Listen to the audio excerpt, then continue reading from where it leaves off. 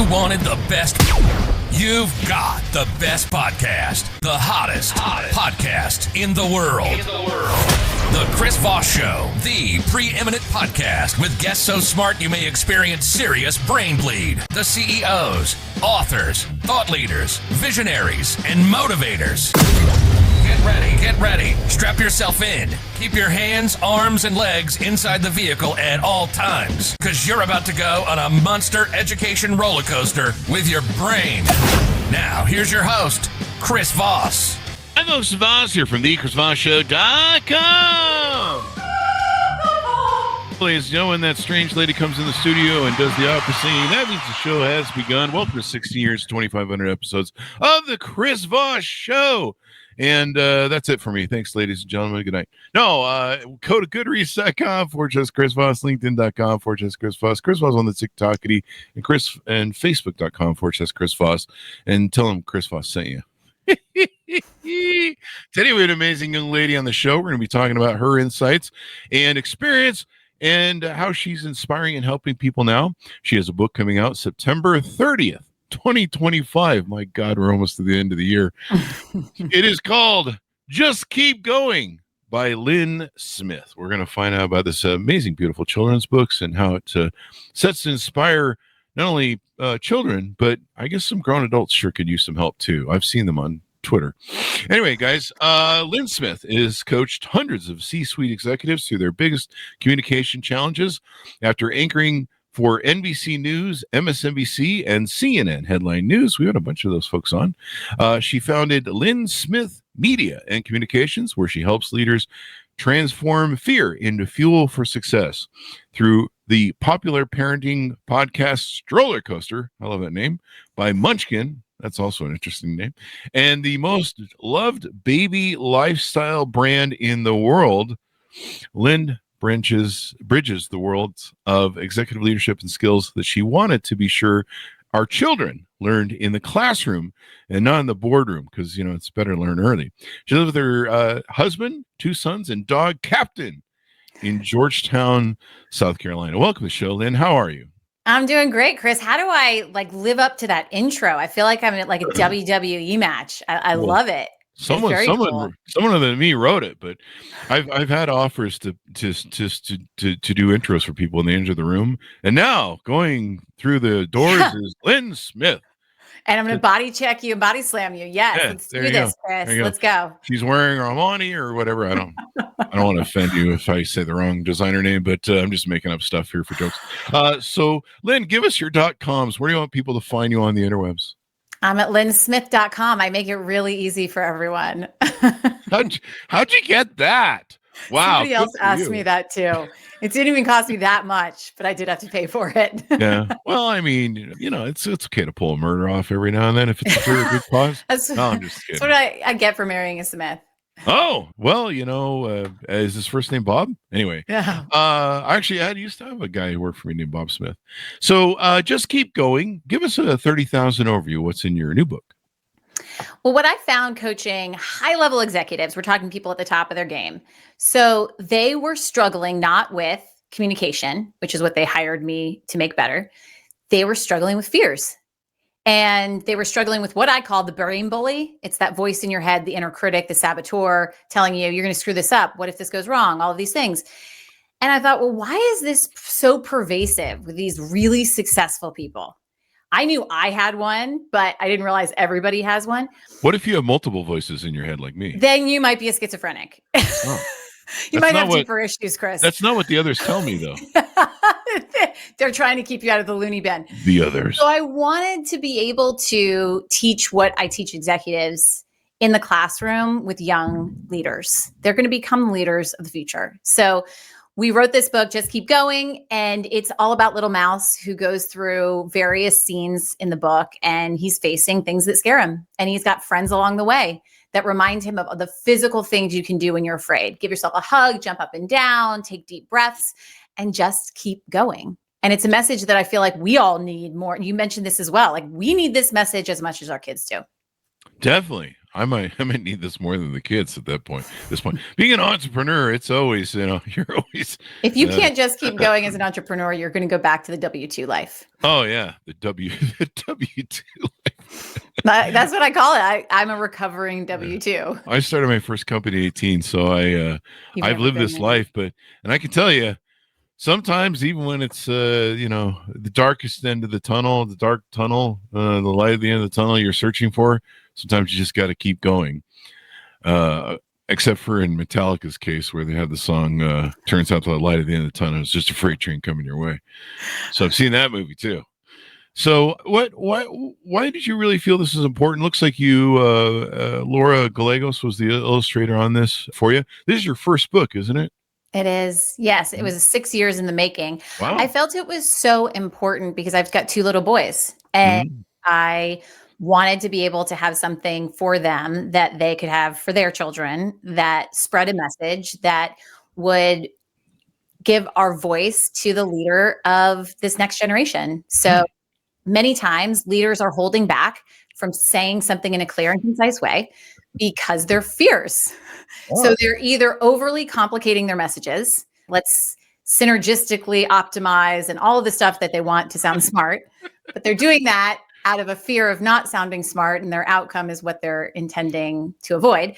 Or they're vague and they ramble and they go on and they say so and all of these things. It's frustrating. It can be paralyzing, and it's super costly. I mean, there's amazing research about how much money is lost, how much time, how much trust. Well, that's a whole nother podcast. But if we can train the leaders of the future to not be fearless, but to face fear in a way that will allow them to move forward and not stay stuck or move back. And that's how we simplified a very simple message that I train executives, but for little ears and eyes. And I had my 6-year-old son who started school just recently, and he said, "Can we bring your book to class?" And I said, "Why?" And he's like, "Because George just started and it's a new school and I think he's scared and I think he needs mouse." And I was like, it works. Like they get it, they understand, and they can be the friend that mouse encounters along the way to their friends. Just keep going. I mean, it's such a simple message, but so effective in some of the ways you've outlined it. And I mean, when you're young, man, it seems you're looking at this big world. I remember being young. It was a long time ago, but the Alzheimer hasn't kicked in yet, but there's still time. But I remember being young. I'll just reiterate the point to start that segue again. So I remember being young, and that's about it. That's all I have. That's it. That's it. Yeah. You want me to take over for you, Chris? I've talked on TV for 15 years. Yeah, I'll let you punt. But I can ad-lib for probably 15 minutes. I could hang just talking about grass growing. It's a skill set I didn't really realize I was going to get as a news anchor. It's really kind of a party trick. You just let me know if you need me to take over. Okay. So anyway, I'm just funning with you folks out there in the audience. But I remember looking at life and I'm like, this is scary, man. This is big. And then you're questioning stuff because on the outside, it looks stupid as hell. Like you're like, I got to go, what? My mom's got to go to work for 40 hours or, what is this? Bills and taxes and, lions and tigers and bears. Oh my. And, it looks, and you're trying to figure out, who am I and where do I fit in this machinery of batshittery? I mean, from the outside, it does look pretty stupid. Big I'm 57. I'm 57. I'm still looking at it going, this is the most dumbest thing anyone's ever come up with. But well, think about it. When we're kids, what also are we trained to do? Sit still, get great grades, behave, get first place.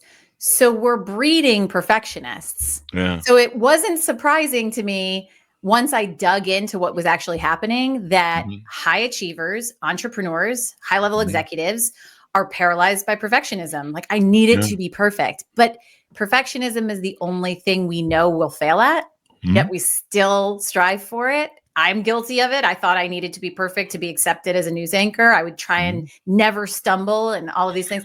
Now I realize that's actually the superpower. It's human. It's authenticity. Those are all the things that I teach people to be. But the other piece of this is, how are we as parents contributing to that?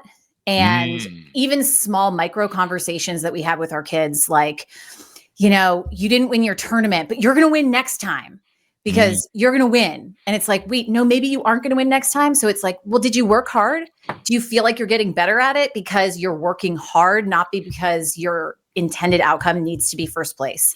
So how do we flip conversations that we're having with our children? And I bring up Sarah Blakely all the time because she's the ultimate entrepreneur and successful executive. She used to have conversations around her dinner table prompted by her father, who would say, what did you fail at today? And it gave her this healthy perception of fear. Yes. And what did you failure. fail at today? What did you fail at today? And what did she do to create $1 billion business? She went out and was told no hundreds of times. Hundreds of times until she got her yes. Now, if you're married, you just ask your wife and she's got a list. Oh, that's a joke, people. All right. We've been waiting for that, Chris. We've been waiting for that. Thanks for setting me up. Just keep going. I mean, I've started lots of companies. I've had companies where you're, 5 to 6 figures into completely investing in a company in the first year, and it's at a complete loss. And at the end of the year, you're looking at it going, this has to make a profit and also has to pay me back. I've had companies that we started and were home runs from the get-go, but I've been through crises. I think my audience kind of knows some of the stories from 2008. Our biggest jewel of our crown of our companies was a mortgage company, and so don't have that on a housing crisis. Note to self. That check. And then COVID, we used to do the podcast. We tour around, interviews a lot of CEOs at events and CES show and NAB show and these shows. And COVID came and wiped that whole business out. And sometimes I've been through just cathartic moments where sometimes you like you say, you just got to keep going. And sometimes I see things or I take on projects that are really big, or there's a big problem I have to deal with. And one of the things I always think about is just eating the elephant one bite at a time. And I'm like, okay, you got this elephant, just got to keep going one bite at a time. Chew hard. And if you hadn't just kept going, think about the alternative. It's super easy to be courageous when you consider the alternative, which is what? Like, go under a bridge and start cooking canned food. Like there's the alternative. And so the motivation is, how do we put one foot in front of the other, even when it feels like we don't want to? And it was born from, you say it's a very simple idea. It's a very simple concept, right? But so many times we kind of fall into it's going to be okay. Everything's going to be all right. It'll work out. It's everything that's meant to happen happens. And no, sometimes that's like putting a Band-Aid on a gunshot wound. It's a very simple solution that doesn't include toxic positivity. And it also doesn't drag you into a hole. Yeah. It keeps you moving. And sometimes that's minute by minute. Sometimes that's hour by hour. Sometimes it's second by second. Does it allude to any self-accountability? Because that's one of the most important parts is in just keeping going, is to be accountable, because if not, you just keep going in the circle. Of course. And exactly. And that's the definition of insanity, right? Yeah. It's what can I control and what can I not control, and eliminate from your path what you can't control. So, for example, when COVID happened, my show was taken off the air and I was home because they needed to send all the producers to the morning show, and they couldn't have more than one control room. So they took all programming off the air except the morning show. And I reported from home. And I posted a video. It's still on my Instagram feed. I'm at Lynn Smith TV. And I posted it with my then 1-year-old. And I said, we can't control what happens to us, but we can control how we react to it. And it turned out to be the greatest blessing that ever happened to us. Now, COVID was horrible. So many things were horrible about it. But if one good thing came of it, it was clarity of purpose And it redefined my entire career. I built my business during COVID. I announced leaving my career as a news anchor. I moved to the beach in South Carolina. And our greatest disappointments often lead to our greatest outcomes if we're able to control how we react to them. Control how you react. We can't control. That's like a basis of Stoicism, meditations, Marcus Aurelius. It's, it's not, it's how you react to stuff that's important. Things are going to happen, and, you can freak out, you can lose your butt and have an emotional freak out crisis, or, you can go, okay, let's keep going, take it on the chin. There's going to be bumps in the road. This week I've got a surgery for a hernia that's on Friday. Sorry. 2 weeks ago, we had the surgery set up with a different hospital. 2 days before, I'm like ready to go. I finally in my head, I'm going to finally be free of, having this issue with me and be able to actually pick things up off the ground for a change. And they call me 2 days before and they go, oh, the insurance doesn't quite work with the ACA. They take your Aetna, but they don't do the ACA. I'm like, what the hell? 2 days before. And it was like a freight train, because I'd really gotten to the mindset of, in 2 days, this hell ride's over. And so I just had to go, okay, things happen. We're dealing with with the U.S. American medical system, but it's gonna get done. And they had to delay for 2 weeks to put us in a new hospital, but it's one of those things where you just have to go. Things happen. I could freak out. I could, I don't know, go on the internet and lose my shit over Aetna or the hospital or whatever, or I could melt down into something, which was tempting. Sure. Or do something productive with it that gets you into the right mindset, because and anyone who's played sports before knows that your mindset is what takes you past skill. Yeah. Skill only gets you to right here. And after that, it's mind. Your mindset. Give that to me again. Your mindset is the only thing that gets you past skill. So you can be an incredible golfer and it will only get you to this point. And then mindset gets you over that next hump. And multiple professional athletes share this secret weapon that they have, probably mindset coaches around that particular lane of what it is that's their game. But that's true for a business owner. And it's an overused term. Maybe we say perspective, so people don't feel like, mindset. It's so diluted, I feel like.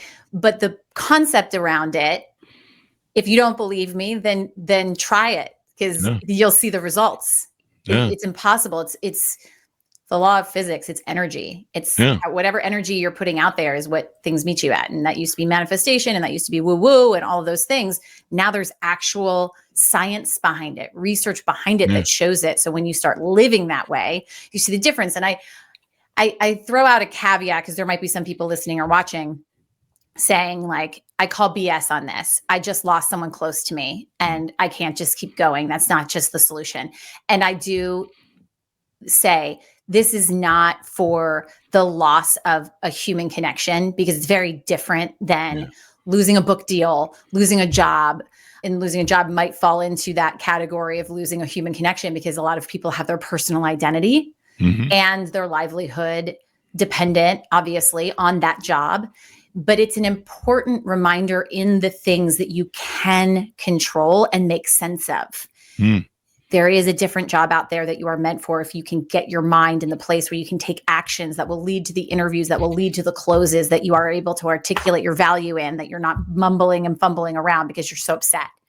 Those are the sort of, as I say, micro moments that can transform an outcome. Yeah.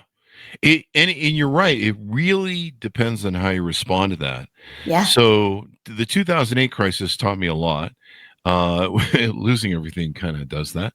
Does that affect one? Yeah. I mean, you don't think you're going to build a 20-year empire, multiple multi-million-dollar companies, and they're just going to be taken overnight.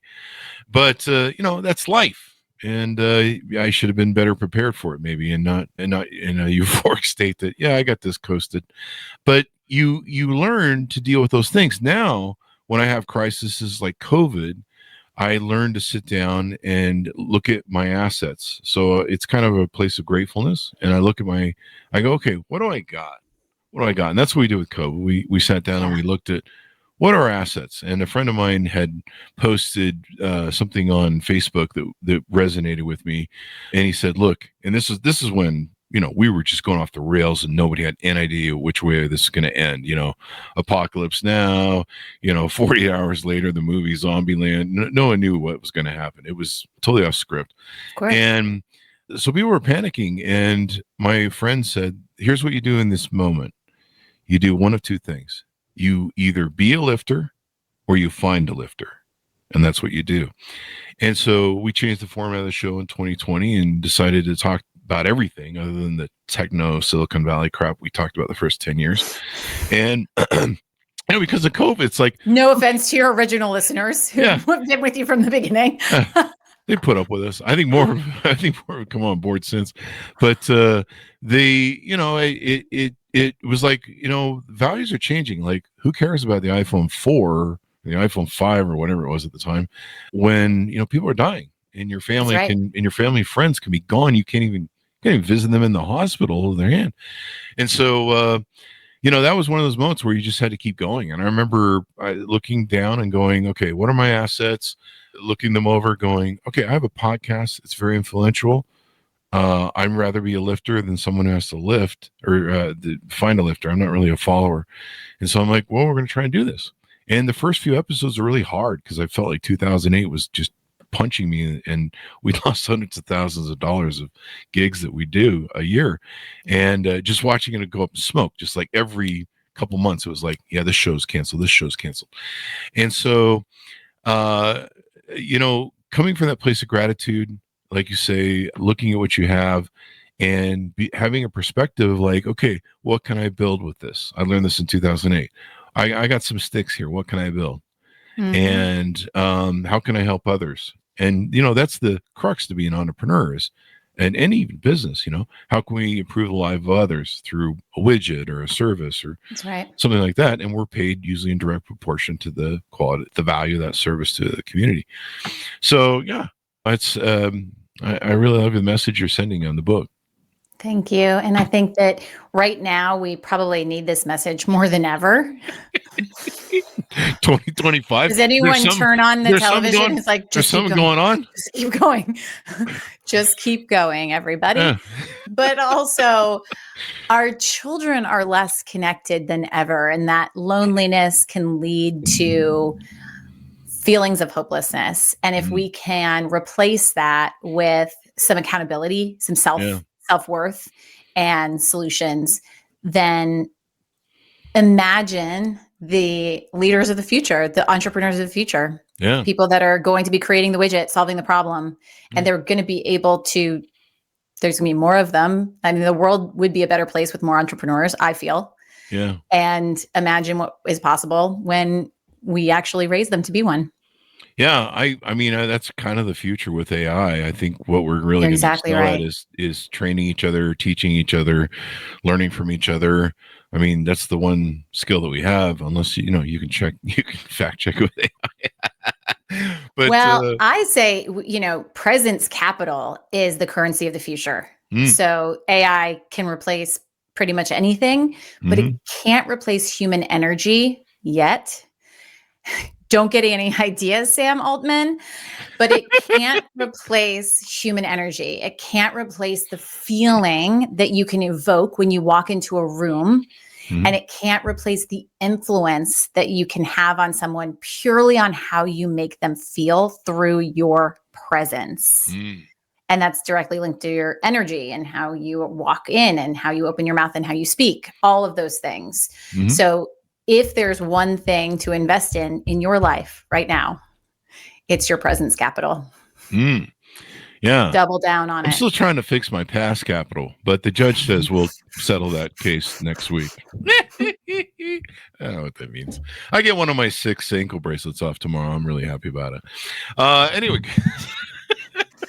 I would love to see your audience research on the Chris Voss Show on the strategy behind your well-timed jokes. What is there a strategy here? It's gotta be. Are these funny?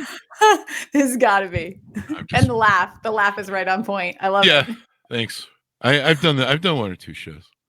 Just a couple. We've had lots of CNN people. I should check into that CNN and see what that 2025 thing's going on there. MSNBC, we like them too. I used to be a big real fan of who was it on MSNBC, the morning show guy, and Mika and Joe. Joe. Yeah. Morning Joe. There you Morning go. Joe. And Yeah. Mika. So you've had a lot of them on your show? I haven't had those guys on my show. I've been in negotiations to get him on for his books twice now. And I don't know. I guess we're too big for him, really. So that, and I'd probably give him some shit about a couple things, but I think he's great and Mika's great. But CNN, we've had some CNN anchors on the show. We tried to have the big guy. Well, Anderson, I think, still the big guy, and then I think we had what's his face scheduled, but the book bombed. The other big anchor over there at CNN. But yeah, we love our news folks. You guys, the Fourth Estate, keep us. Hopefully, save us from everything, please. Please, it's 2025, and in the meantime, you can buy Lynn's book. So, Lynn, give us a pitch out to everybody to pick up your book, get to know you better. I don't know if you want people to reach out to you for consulting services, executives, and things like that. To your website, give us those .coms, et cetera, et cetera. Yeah, I'm at lynnsmith.com, on all the socials at Lynn Smith TV. I feel really passionate about sharing what it is that I've learned over my 15 years at these big networks to be able to empower people to be a magnetic communicator. It's that people are drawn to. And yes, we do that through trainings, whether it's enterprise companies or individuals one-on-one. And the most important thing is, how do we raise that next generation of leader or entrepreneur through Just Keep Going, which is available for pre-order now. And you can learn more about the book and order the book on all of the platforms that you enjoy your books, but also at justkeepgoingbook.com. Thanks for having me on. I really appreciate it. Thank you for coming. Great show. Thank you very much. And thanks for my audience for tuning in. Order the book where refined books are sold, September 30th, 2025. Just keep going. A very important message and a real thing to teach kids when they're young, especially that life's not fair and how to overcome, the obstacles you're set, because no one wants to have that kid who goes, life's not fair. It's not, buddy. I hate those kids. Anyway, I just lost the Life's Not Kid Fair Parent segment of our audience. So thanks to everyone for tuning in. We certainly appreciate it. Go to goodreads.com/Chris Voss, LinkedIn.com/Chris Voss, Chris Voss on the TikTok and all those crazy places. And be good to each other. Stay safe. We'll see you guys next time. And that should have us out. Thanks, Lynn.